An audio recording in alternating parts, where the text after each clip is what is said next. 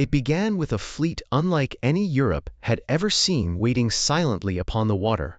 Hundreds of great wooden ships rocked gently in the Venetian lagoon, their tall masts rising into a pale autumn sky. Sailors checked ropes worn smooth by salt and wind. Merchants counted barrels of grain, casks of fresh water, and bundles of arrows stacked neatly beneath wooden decks. Priests whispered prayers that drifted across the harbor with the morning mist.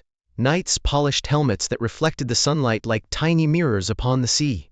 Everything seemed ready for a journey that was supposed to change history. Yet the enemy these crusaders had sworn to fight was not waiting across these waters. Within 2 years, many of these same men would stand before the towering walls of one of Christianity's greatest cities, raising swords not against Muslim armies, but against fellow Christians. Churches would burn, ancient libraries would be scattered, priceless relics would vanish into foreign hands. The greatest city in the medieval world would echo with screams instead of hymns. It was a crusade that never truly reached its intended destination. It became something else entirely. And even now, more than 8 centuries later, historians continue asking the same uneasy question. How did an army gathered in the name of faith end up attacking those who shared that very faith? Tonight, we follow that remarkable and troubling journey. If slow explorations through the hidden paths of history help you unwind at the end of a long day, consider leaving a quiet like and subscribing for more stories like this. And if you feel like joining the conversation, tell us where in the world you re-listening from and what time the night has reached where you are. There is something strangely comforting about imagining listeners scattered across distant countries, all settling into the same story beneath different skies. Now, find a comfortable place. Let the sounds around you fade into the background. Allow your breathing to slow. Tonight, we travel back to medieval Europe, to an age of castles and cathedrals, of kings and pilgrims, when faith could inspire astonishing courage and terrible mistakes. To understand the Fourth Crusade, we must first step back into a world where religion shaped nearly every part of daily life. Europe, at the beginning of the 13th century, was not yet the continent we recognize today. It was divided into countless kingdoms, duchies, counties, bishoprics, and city-states, each ruled by its own ambitions and traditions. Roads were often muddy tracks cutting through dense forests. Travelers measured journeys not in hours but in days and weeks. News moved no faster than the fastest horse. Most people never traveled more than a few miles from the place where they were born. Yet stories traveled much farther. Pilgrims returned from the Holy Land, carrying tales of Jerusalem, Bethlehem, and the places where Jesus had lived and taught. Merchants described crowded markets filled with spices whose fragrances lingered long after they had left. Returning knights spoke of deserts that shimmered beneath endless sunlight, of mighty stone fortresses overlooking dusty roads, and of battles fought beneath unfamiliar stars. For many Christians, Jerusalem was more than a distant city. It was the center of the spiritual world. When Muslim armies had taken control of Jerusalem centuries earlier, Christians were generally still allowed to visit its holy places. But over time, political tensions, regional conflicts, and changing rulers made access increasingly uncertain. Stories spread throughout Europe, describing hardships faced by pilgrims. Some stories were accurate. Others became exaggerated with each retelling. Whether entirely true or not, they stirred powerful emotions. In 1095, Pope Urban II had called upon Christian knights to reclaim the Holy Land. His words ignited extraordinary enthusiasm across Europe. Thousands answered the call. The First Crusade achieved something almost no one had expected. Against remarkable odds, crusading armies captured Jerusalem in 1099. For many Europeans, it seemed like undeniable proof that God favored their cause. But victories rarely remain permanent. The decades that followed were filled with uneasy truces, shifting alliances, and renewed warfare. Muslim leaders gradually recovered strength. Crusader kingdoms established along the eastern Mediterranean coast struggled to defend themselves against increasingly organized opponents. Then came one of the most famous figures in medieval history, Salah ad-Din, known in Europe simply as Saladin. He was remembered by enemies and allies alike as both a determined military commander and a ruler capable of unexpected generosity. In 1187, after the decisive Battle of Hattin, Saladin recaptured Jerusalem. Across Europe, the news spread with astonishing speed. Church bells rang in mourning. monasteries filled with prayers. Kings began discussing another great expedition eastward. The Third Crusade soon followed, led by some of Europe's most powerful rulers, including England's Richard the Lionheart. It became legendary. There were dramatic sieges, daring marches, diplomatic meetings, and fierce battles. Richard earned admiration even among many Muslim chroniclers for his courage in combat. Yet, despite remarkable victories along the coast, Jerusalem itself remained beyond Crusader control. When the armies finally returned home, they left behind treaties instead of triumph. Pilgrims once again gained limited access to the Holy City, but the dream of restoring Christian rule over Jerusalem remained unfulfilled. That unfinished dream lingered. It haunted sermons delivered in village churches. It inspired songs performed in noble courts. It appeared in illuminated manuscripts copied carefully by candlelight. Another crusade seemed not merely possible, it seemed inevitable. And so, in 1198, a young and energetic pope ascended to the highest office in the Western Church. His name was Innocent III. History often remembers him as one of the most influential popes of the Middle Ages, but, like many powerful figures, he was more complicated than simple descriptions suggest. He believed deeply that the papacy should guide not only the spiritual lives of Christians, but also the political direction of Europe itself. He was ambitious, highly intelligent, exceptionally organized, and convinced that a successful new crusade could strengthen both Christianity and the authority of the Church. Unlike earlier crusades, which had often relied heavily upon kings, Innocent envisioned something different. He wanted a carefully planned campaign, a disciplined expedition, an army united by purpose rather than divided by competing royal ambitions. Letters were dispatched across Europe. Bishops preached passionately from cathedral pulpits. Nobles took solemn vows before gathered crowds. Crosses of red cloth were sewn onto cloaks and tunics, marking those who had pledged themselves to the journey. The response was encouraging, though not overwhelming. Many famous kings were occupied elsewhere. England and France remained entangled in their own rivalries. The Holy Roman Empire struggled with political uncertainty. Regional conflicts demanded attention closer to home. Instead of monarchs leading vast national armies, many participants came from northern France, Flanders, and neighboring regions. They were experienced knights, lesser nobles seeking honor, younger sons without great inheritances, veteran warriors who had fought before. Priests, servants, craftsmen, and ordinary laborers accompanied them. Each carried personal hopes. Some longed for forgiveness of sins. Others dreamed of wealth. Some sought adventure. Many sincerely believed they were undertaking a sacred duty. As winter passed into spring and preparations gathered momentum, one practical problem quickly overshadowed every spiritual ambition. How could thousands of soldiers reach the eastern Mediterranean? Marching across Europe and through hostile territories presented enormous dangers. Previous crusades had suffered from disease, hunger, and constant political complications during overland journeys. Sea travel offered a better solution, but transporting an army across the Mediterranean required something almost unimaginably complex. Thousands of horses, hundreds of ships, food for months, weapons, water, skilled sailors, navigation across unpredictable seas. There was only one city in Europe truly capable of organizing such an enormous maritime undertaking: Venice. At the dawn of the 13th century, Venice was unlike almost anywhere else in Europe. It possessed no broad farmland or mighty stone castles dominating surrounding countryside. Instead, it floated upon more than 100 small islands, connected by bridges across shallow lagoons. Its streets were waterways. Its merchants reached ports, stretching from Spain to Egypt, from Constantinople to the Black Sea. The scent of exotic spices mixed with salty sea air. Warehouses overflowed with silk, pepper, precious metals, timber, wax, and glass, unlike anything produced elsewhere. Wealth flowed through Venice, like the tides themselves. Its power rested not upon vast armies, but upon ships, hundreds of them, perhaps thousands. Venetian shipyards worked with astonishing efficiency. Skilled craftsmen shaped timber into vessels capable of carrying cargo horses and soldiers across great distances. Bells echoed through the arsenal as carpenters hammered planks into place. Rope makers twisted enormous coils of hemp, and blacksmiths forged anchors glowing orange beneath showers of sparks. The Republic's ruler, the Doge, was an elderly man named Enrico Dandolo. Nearly blind by this point in his life, Dandolo nevertheless possessed a sharp political mind and extraordinary determination. He understood opportunity when he saw it. When Crusader representatives arrived seeking transport for their expedition, negotiations began that would shape everything that followed. Neither side yet realized just how costly those agreements would become.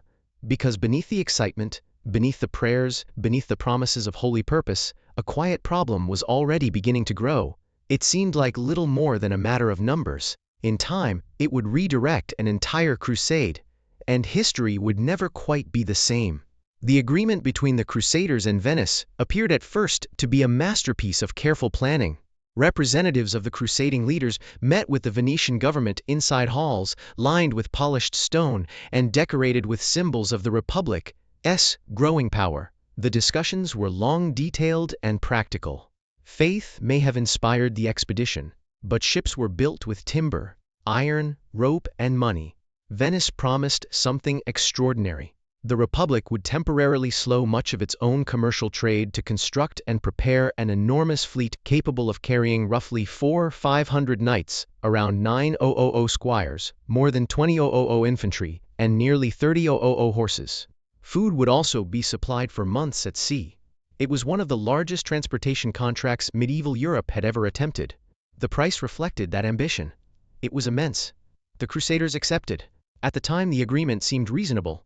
Leaders believed thousands more volunteers would soon arrive from across European, contributing money toward the cost. If enough Crusaders gathered, the expense would be shared among many hands. It was a calculation built on hope. And hope, as history often reminds us, not always a reliable accountant. Months passed while Venice prepared. The city's famous arsenal became a place of relentless activity. From sunrise until evening, bells echoed across the lagoon. Carpenters shaped oak into towering hulls. Caulkers sealed wooden seams with pitch to keep seawater out. Sailmakers stitched vast white sails that would soon catch Mediterranean winds. Blacksmiths hammered horseshoes, nails, anchors, and chains beneath showers of glowing sparks.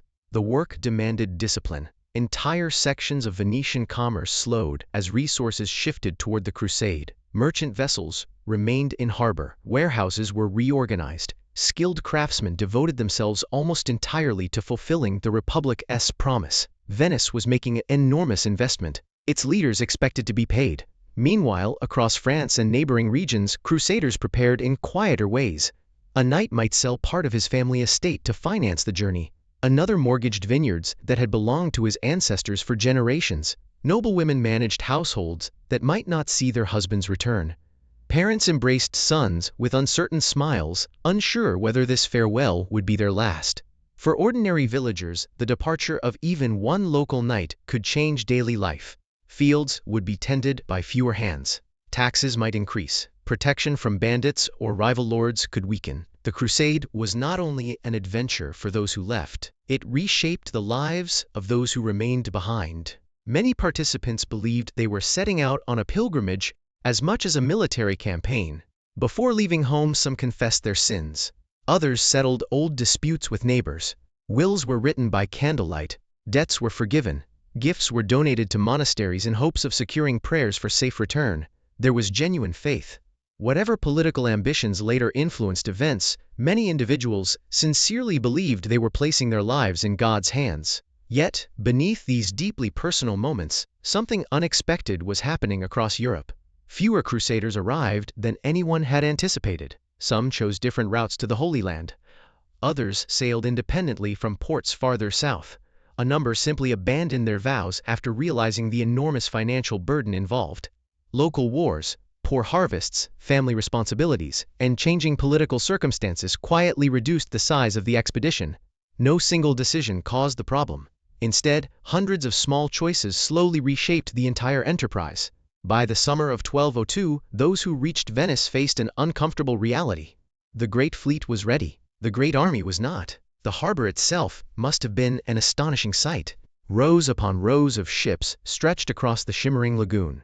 Horse transports stood beside sleek galleys armed for war.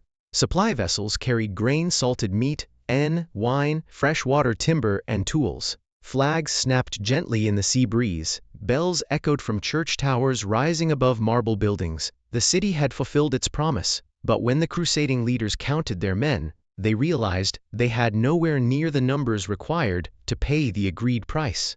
Instead of the expected tens of thousands, only around 12,000 crusaders had gathered. The difference was devastating.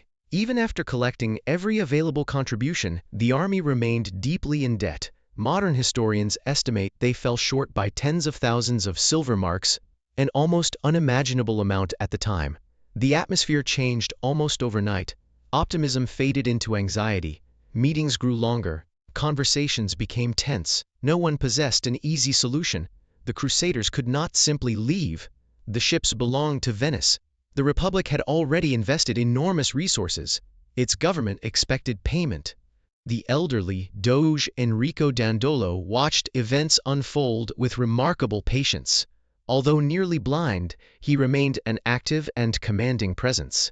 Contemporary accounts describe him speaking confidently before crowds, despite his advanced age. Whether motivated by sincere religious devotion, political calculation, commercial interest, or some combination of all three, Dandolo refused to let the expedition simply collapse. He proposed another path. Venice itself had unfinished business. Across the Adriatic Sea lay the city of Zara, a prosperous port on the Dalmatian coast. Today it is known as Zadar in modern Croatia. At the time, Zara had once acknowledged Venetian authority but had rebelled and placed itself under the protection of the King of Hungary. For Venice, the city represented both a commercial rival and a political embarrassment. Dandolo suggested that if the Crusaders helped Venice recover Zara, payment for the fleet could be postponed. On paper, the proposal seemed practical.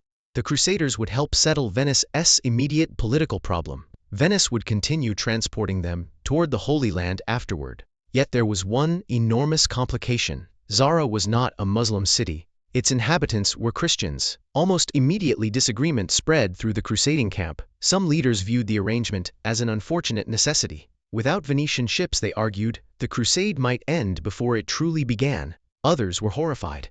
How could an army carrying the cross attack fellow Christians? Priests debated theology. Knights debated honor. Ordinary soldiers wondered what they had pledged themselves to. The uncertainty reached Rome.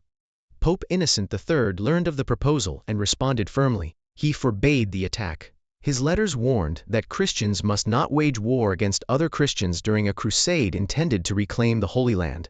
The instruction appeared clear, yet messages traveled slowly. Political pressures moved more quickly. For many crusaders, the choice felt impossible. If they refused Venice, the expedition might collapse completely. If they agreed, they would violate both the spirit and the direct command of the Pope. History rarely presents perfect choices. Sometimes it offers only competing failures. Autumn winds swept across the Adriatic as the fleet finally departed Venice. Hundreds of ships moved together across calm blue waters in one of the most impressive naval expeditions Europe had yet assembled. From distant shorelines, fishermen and villagers must have stared in amazement. White sails filled the horizon, crosses decorated shields, priests sang hymns over the sound of waves striking wooden hulls. Outwardly, it still looked like a holy crusade. Inwardly, doubt traveled aboard many of those same ships. Weeks later, the fleet arrived before the walls of Zara. The city stood protected by sturdy stone fortifications overlooking the sea. Church towers rose above tightly packed houses. Markets bustled behind defensive walls. Bells called residents to prayer, just as they did throughout Christian Europe. The people inside were not strangers to the faith. They shared it. According to several medieval accounts, some defenders placed crosses upon the city walls, hoping the symbols would remind the Crusaders of their common religion. It was a silent plea, a reminder, perhaps even a question. Would men wearing the cross truly attack those living beneath it? The answer came with the thunder of siege engines. The assault began. Ships approached the harbor, while soldiers established camps outside the walls. Ladders were raised. Stones crashed against towers. Arrows darkened the autumn sky. The siege did not last long. Facing overwhelming numbers and powerful naval support, Zara surrendered. What happened next would leave a stain that many participants had never imagined carrying. Despite promises of discipline, looting followed the capture. Homes were entered, property was seized. Tensions rose between Venetians and Crusaders over the division of spoils. At one point, violence reportedly broke out even between the supposed allies themselves. To understand what happened next, we must leave Zara behind for a little while and travel to Constantinople. Few cities on earth inspired as much awe as Constantinople in the early 13th century.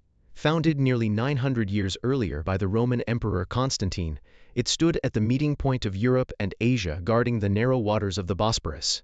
Everyday merchant ships sailed through its harbors, carrying silk from China, spices from India, furs from the northern forests, grain from the Black Sea, and precious metals from distant lands. It was a crossroads of the medieval world. Visitors often struggled to describe its wealth. Its churches glittered with gold mosaics that reflected candlelight like stars. Marble columns taken from ancient temples lined public squares. Markets overflowed with perfumes, fine fabrics, ivory carvings, and brightly colored glass. The great cathedral of Hagia Sophia seemed almost impossible to describe, its vast dome appearing to float high above the floor as sunlight poured through its windows. To many travelers from Western Europe, Constantinople felt almost unreal. Its population was several times larger than London or Paris. Its walls stretched for miles, strengthened by towers and deep defensive ditches. Generations of invaders had tried to capture the city. Most had failed. Yet beneath this magnificent appearance, serious problems had been growing for decades. The Byzantine Empire, the eastern continuation of the Roman Empire, still possessed immense prestige, but its political foundations had become increasingly unstable. Powerful noble families competed for influence. Court officials formed shifting alliances. Emperors rose and fell with alarming speed. The throne no longer offered certainty. It offered danger. The empire also carried an old wound that had never fully healed. Back in 1054, the Christian world had experienced what historians call the Great Schism. The churches of Rome in the west and Constantinople in the east formally split after centuries of growing disagreements over theology, authority, language, and tradition. Both sides remained Christian, but they no longer recognized each other's leadership. The division did not immediately create constant hatred, yet suspicion steadily increased over the generations. Western Europeans often viewed Byzantines as wealthy, proud, and politically unreliable. Many Byzantines regarded Western Crusaders as rough, undisciplined, and dangerously ambitious. The differences ran deeper than religion alone. Language, customs, clothing, military traditions, even styles of worship all reinforced the sense that these two Christian worlds had become strangers. That mattered, because when crisis came, trust would already be in short supply. The Byzantine emperor during these troubled years was Isaac II Angelos. His reign had begun with promise, but gradually weakened under military setbacks and political difficulties. Then, in 1195, everything changed. Isaac's own brother Alexios III overthrew him. The emperor was imprisoned. According to contemporary accounts, he was also blinded, a brutal practice sometimes used in Byzantine politics, because physical impairment was believed to disqualify a man from ruling. His young son, Prince Alexios, escaped. The prince wandered across Europe, searching for powerful allies, willing to restore his father to the throne. For a long time few listened. Then he learned something remarkable. A large crusading army was stranded in Zara, deeply in debt, desperate for a way forward. The opportunity was impossible to ignore. During the winter of 1202-1203, Prince Alexios arrived before the leaders of the Fourth Crusade. He was young, well-educated, and carried himself with the confidence expected of someone raised within the imperial court. Yet beneath that confidence lay urgency. His family had lost everything. He needed help. The proposal he offered sounded almost unbelievable. If the Crusaders would escort him to Constantinople and restore his father, he promised enormous rewards. The Byzantine Empire would pay the Crusaders a vast sum of money, enough to settle their debt to Venice. It would provide soldiers for the journey to the Holy Land. It would supply food and equipment.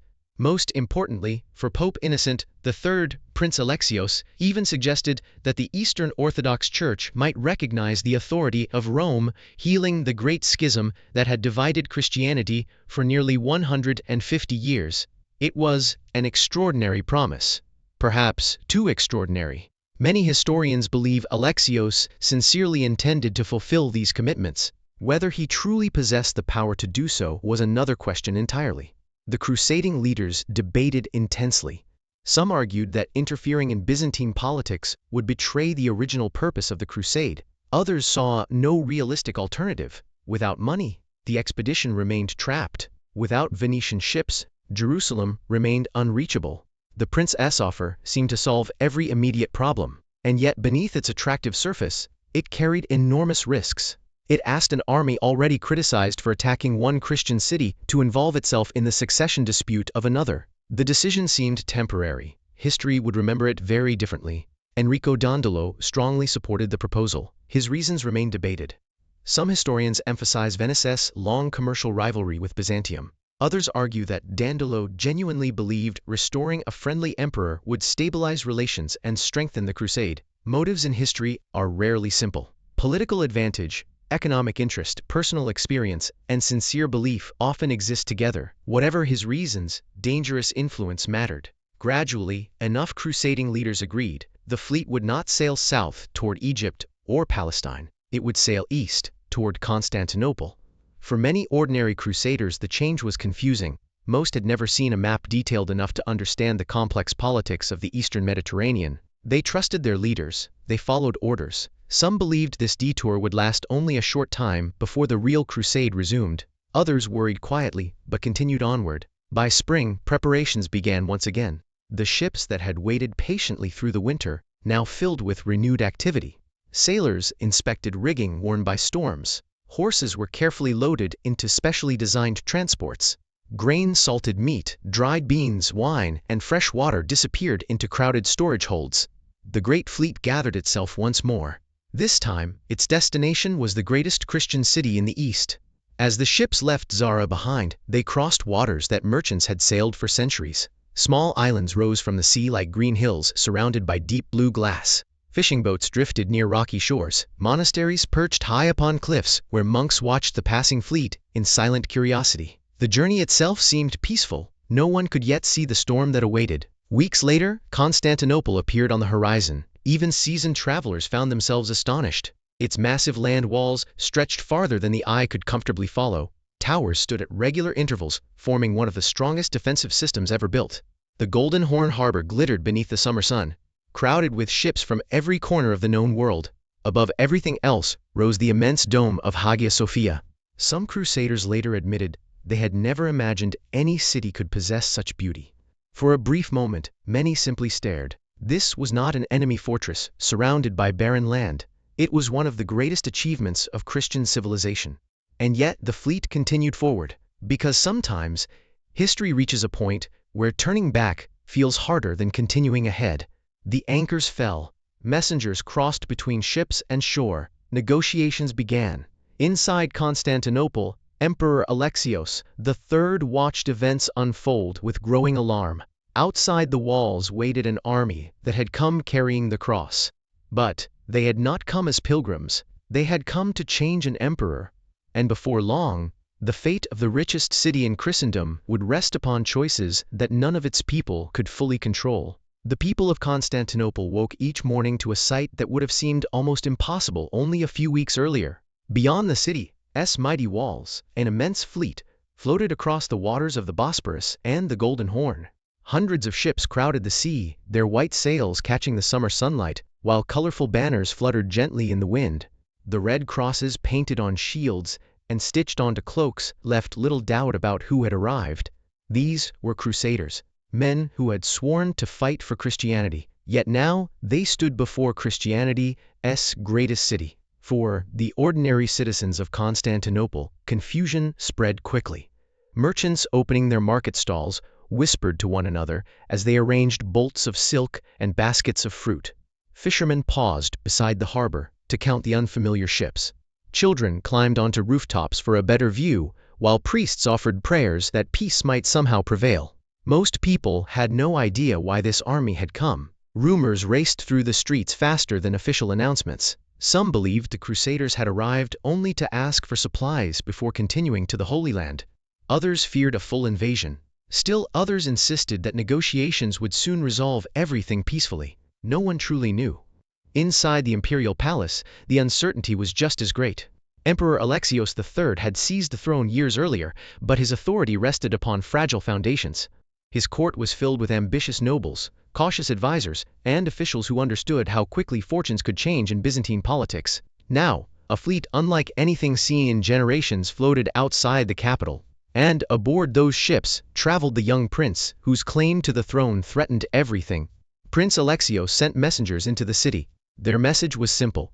His father Isaac II had been the rightful emperor. He had been imprisoned unjustly. Restore him to the throne peacefully, and unnecessary bloodshed could be avoided. But politics rarely follows the simplest path. Alexios III refused. Perhaps he believed the Crusaders would never dare attack the strongest city in Christendom. Perhaps he hoped delays would weaken their resolve. Perhaps he underestimated both their determination and their desperation. Whatever his reasoning, the opportunity for an easy settlement slowly slipped away. The Crusaders now faced another impossible decision. They had not originally come to conquer Constantinople. They had come to install a new emperor.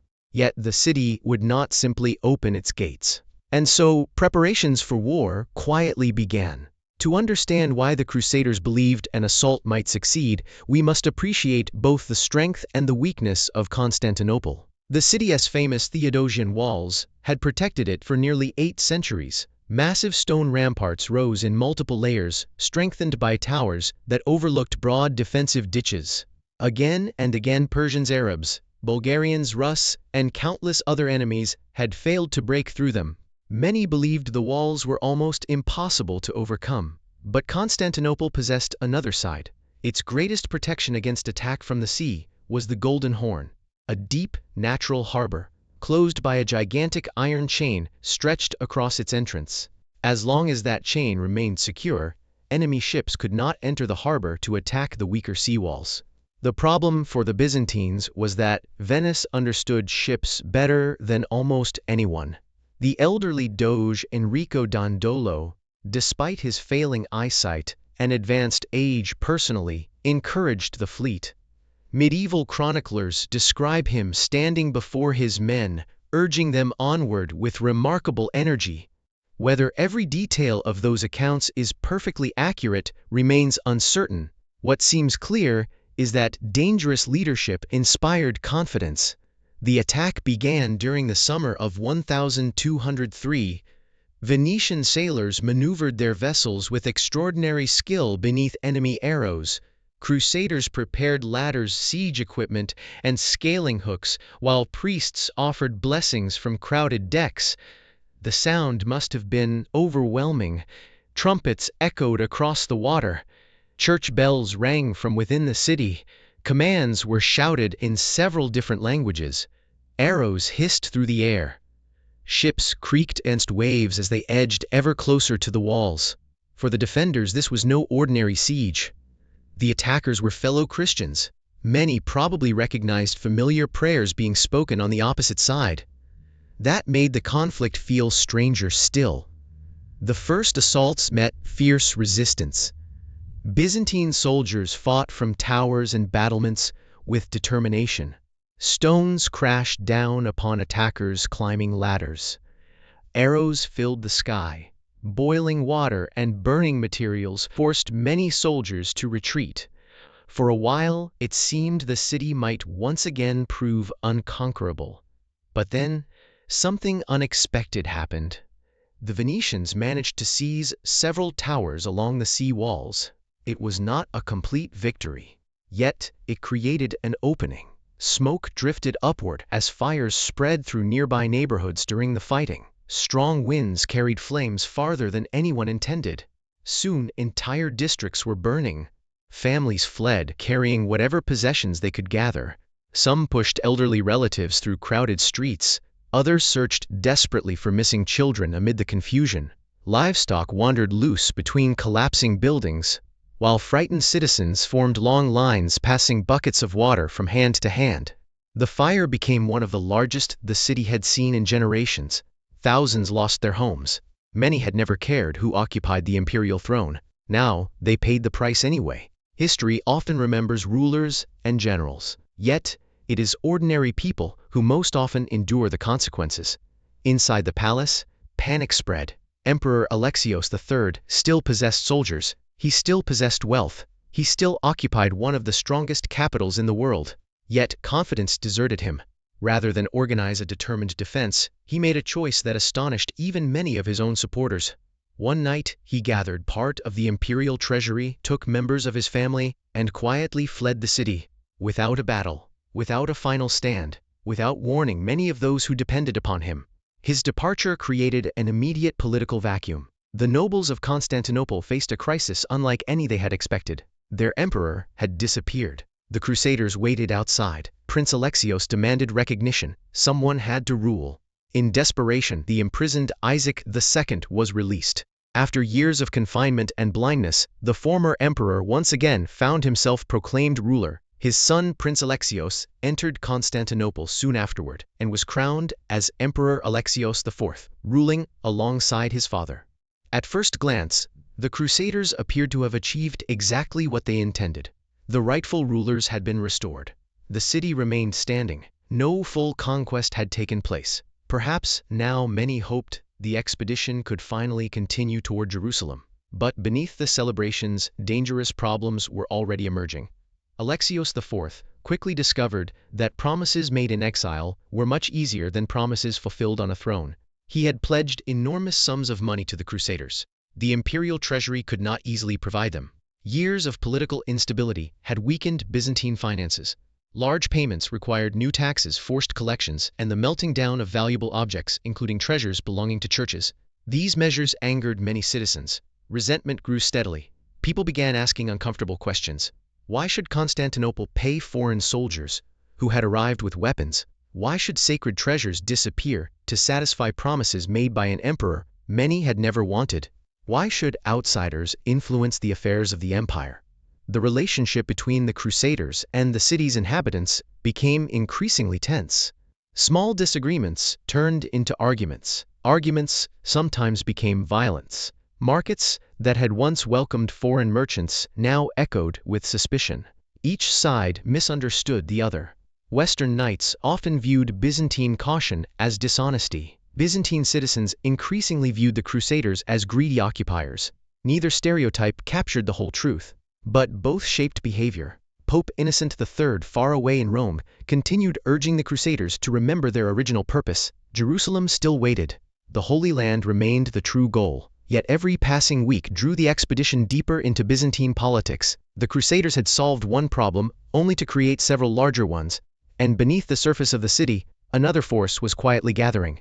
Among the nobles and military officers of Constantinople, opposition to Alexios IV grew stronger. Many believed he had become too dependent upon foreign soldiers. Many resented his attempts to satisfy impossible financial obligations.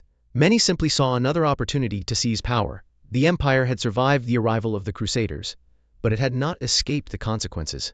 The most dangerous chapter of the Fourth Crusade had not yet begun. It was only waiting for the right moment to unfold. Winter returned to Constantinople, with cold winds sweeping across the Bosporus, carrying with them a growing sense of uncertainty. Only a few months earlier, Emperor Alexios IV had entered the city surrounded by hope. The Crusaders believed they had completed a difficult but temporary mission. The young emperor believed he could fulfill his promises and then send the Western army on its way to the Holy Land. Neither expectation would survive the winter. Every day that passed made Alexios I's position weaker. The enormous payments he had promised simply did not exist. The Byzantine treasury had been strained by years of political instability, military campaigns, and court intrigue. Even after raising taxes and collecting every available source of revenue, there was nowhere near enough money to satisfy the Crusaders' demands. To many citizens, the emperor seemed trapped. If he paid the Crusaders, his own people suffered. If he refused, the army outside the city might turn against him. It was an impossible balance. The resentment became visible everywhere. In the markets, merchants muttered that foreign soldiers had become too comfortable inside the empire.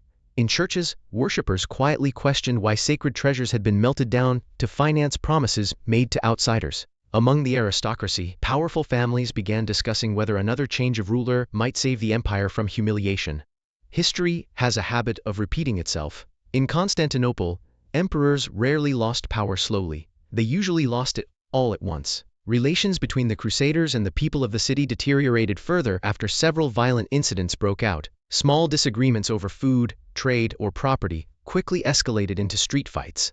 distrust replaced cooperation. Each community withdrew further into itself. The Crusaders increasingly viewed the Byzantines as ungrateful and deceitful. Many Byzantines saw the Crusaders as arrogant occupiers interested only in wealth. Neither side could fully understand the fears of the other. Language barriers, cultural differences, and years of religious division deepened every misunderstanding. The Great Schism had begun as a dispute between church leaders.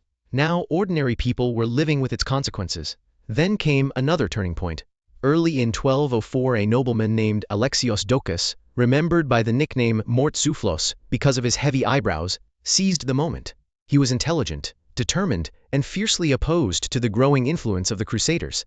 Seeing the anger spreading through the capital, he acted decisively. Alexios IV was arrested.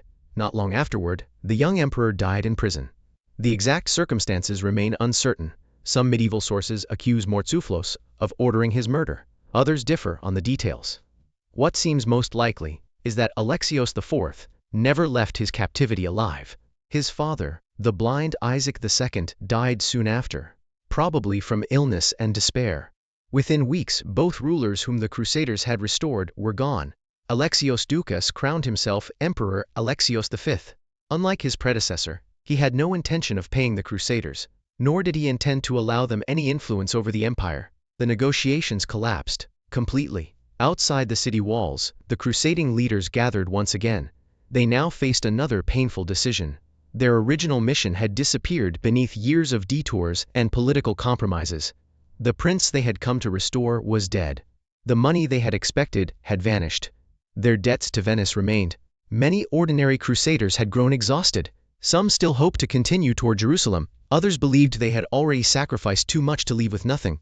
The Venetian leadership also had powerful reasons to remain. Commercial rivalries with Constantinople stretched back generations. Control of important ports and trade routes promised enormous advantages. Political necessity and economic opportunity were becoming impossible to separate. During these tense weeks, the crusading leaders reached a remarkable agreement. If Constantinople were captured, its wealth would be divided. A new emperor would be elected. Venice would receive significant commercial privileges. For the first time, conquering the greatest Christian city in the East became an official objective. It was a decision that would echo across centuries. Preparations began immediately. Siege engines were repaired, ladders were strengthened, ships were modified so that wooden bridges could be lowered directly onto the sea walls. Every lesson learned during the previous assault was carefully applied.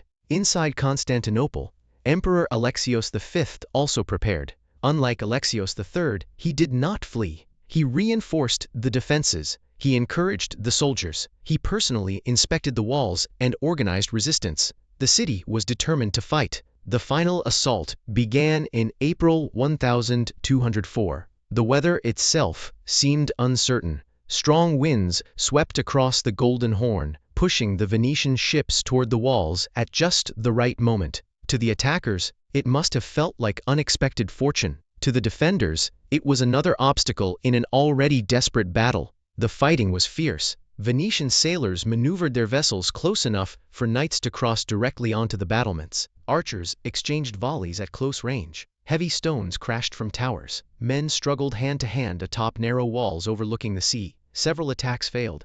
Others succeeded only briefly before being driven back. Then, gradually, the balance shifted. A handful of crusaders gained a foothold inside the defenses. More followed. Gates were opened. The impossible had happened. After nearly 9 centuries of resisting countless enemies, Constantinople had fallen. The emperor fled during the night. The city that had long been called the Queen of Cities now lay open before the victors. What followed came one of the darkest chapters in medieval Christian history. For 3 days, much of the city was subjected to widespread looting. Homes were broken into. Churches and monasteries were stripped of precious objects. Palaces that had accumulated centuries of imperial wealth were emptied.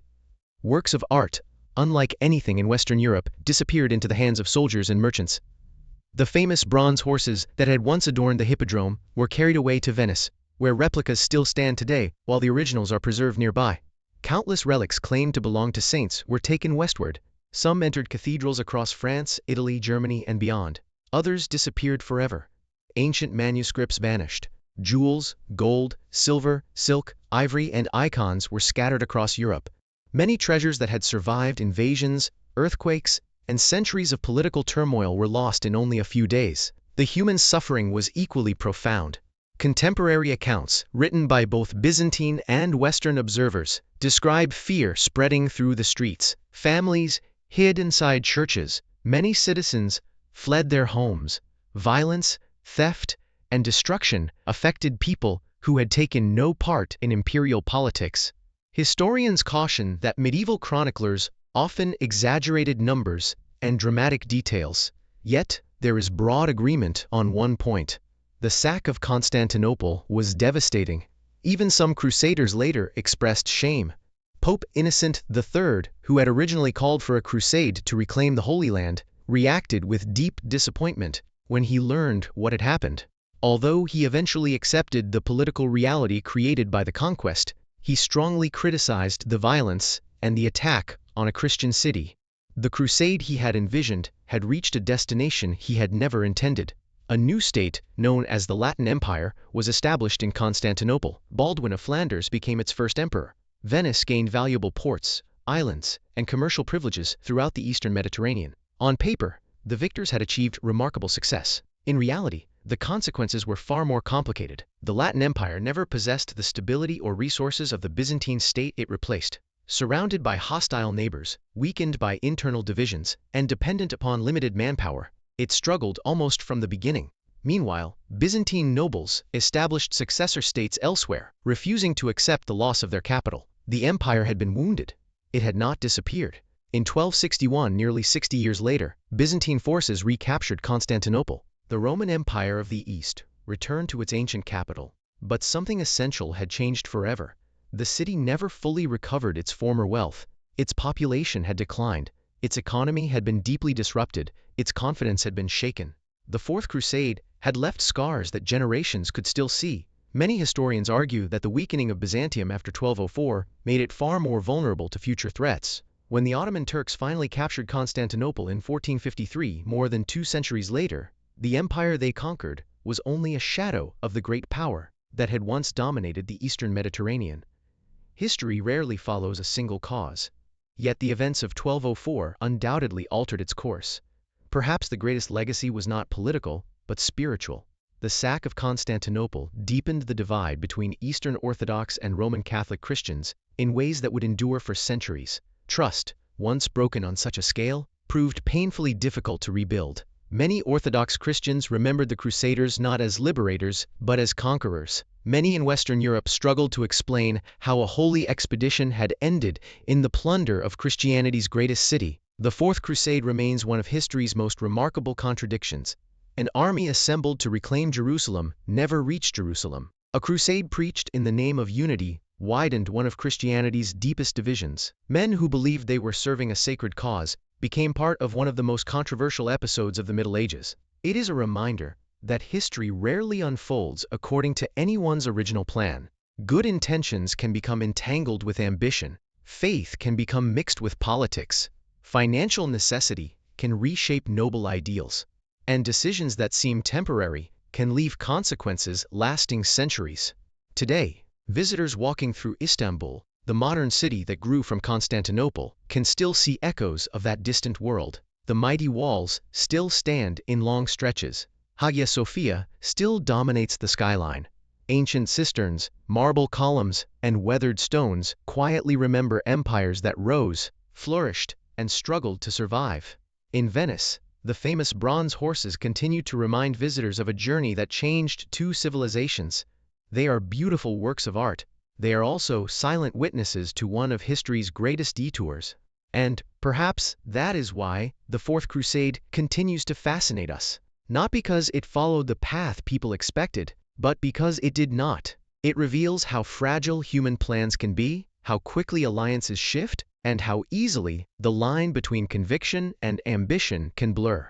If you are still awake, thank you for taking this quiet journey through one of the most extraordinary stories of the medieval world. The night has carried us across seas, through palaces and harbors, along city walls and candlelit churches, and into the difficult choices of people who could never imagine how history would remember them. For now, let the echoes of those ancient bells fade into the silence. Let the ships drift once more upon calm water, And as another chapter of history settles gently into the past, may the rest of your evening be peaceful, your thoughts unhurried, and your sleep as calm as the quiet sea that first carried the Crusaders toward a destiny none of them expected.